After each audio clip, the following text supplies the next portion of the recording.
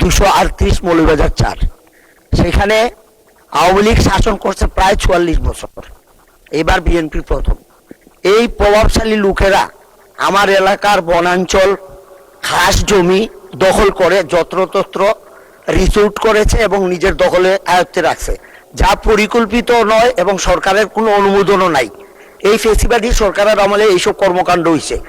আমাদের এখানে জাতীয় উদ্যান লাউয়াছড়া আপনারা জানেন, এবং এই লাউয়াছড়া এবং অন্যান্য বনাঞ্চল বন্য পশুদের জন্য একটি নিরাপদ আশ্রয়।